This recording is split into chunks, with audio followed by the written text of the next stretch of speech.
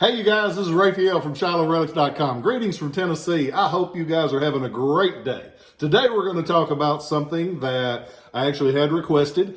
Somebody said, you've been talking a lot about guns and swords lately. How about a few buttons and buckles? So I'm going to try to do a few buckles and buttons for you. We're going to talk about one that is easily overlooked. A lot of collectors of Civil War buckles and buttons focus on state pieces because each state issued their own pieces to the militiamen that served in them, and a lot of them were privately purchased by some of the more well-to-do soldiers. The state of New York was one of the wealthiest states in the Union before the war and during the war, and so those little rich boys, they liked their own stuff. So one thing that they bought were sword belt buckles.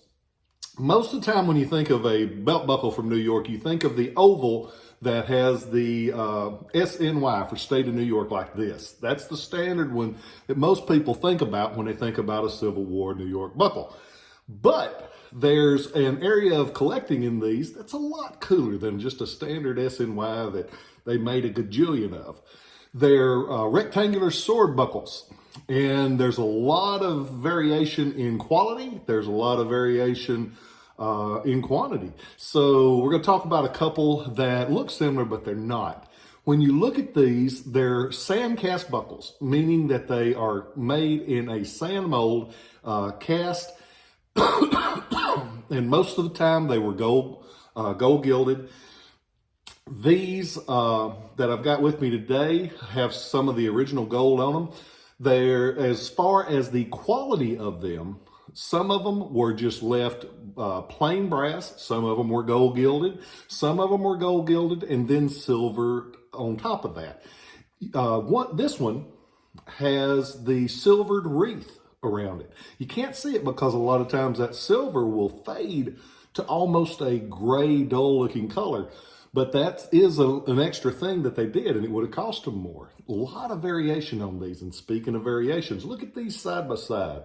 They have a script NY, script letter NY in the center of the buckle for New York.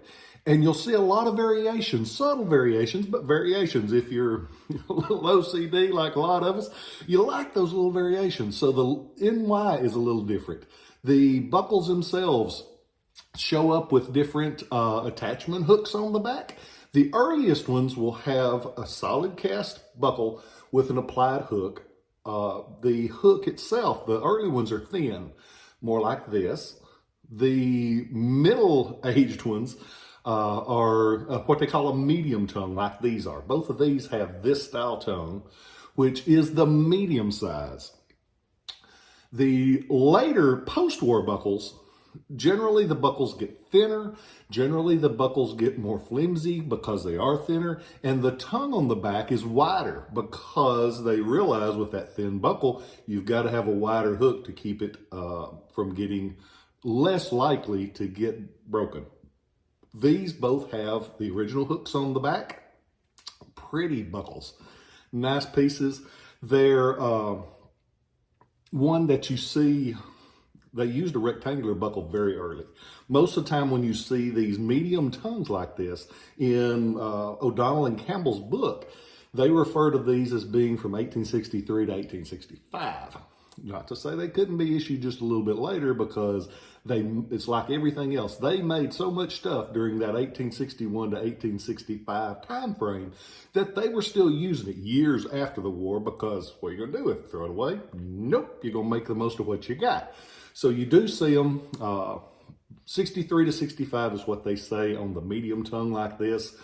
But they were around a good bit earlier than that with the thin tongue. And the piece on the back is called the tongue. It's what the other end of the belt has, usually a cast brass loop and with a hole in it, and that's called the keeper, tongue and keeper. So that's what that is. So this one's been nice, short, and simple. I hope you guys are doing well. I would like to keep a good thought for everybody that just went through the hurricane. We were fortunate here. We got the remnants of it, and it was just a lot of rain. But got some friends down there, and I checked on them. They're all doing well, and I'm so thankful. I hope you guys are doing well. Keep a good thought for those people in Afghanistan. Y'all ain't forgotten by the people that give a damn. Y'all ain't been forgotten, and y'all didn't get treated right. It wasn't right. It wasn't right. It wasn't right. It wasn't right. So I hope you guys are doing well. When you get that opportunity, please be kind. Consider people their feelings.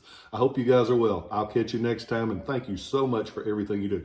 Don't forget to go on to ShilohRelics.com, look around the site. You can see these buckles, other buckles. You can sign up because I do send out emails with new editions, sale items sometimes, and it might be just the piece you've been looking for. And if it is, I would love to sell it to you. I appreciate you guys. I'll catch you next time.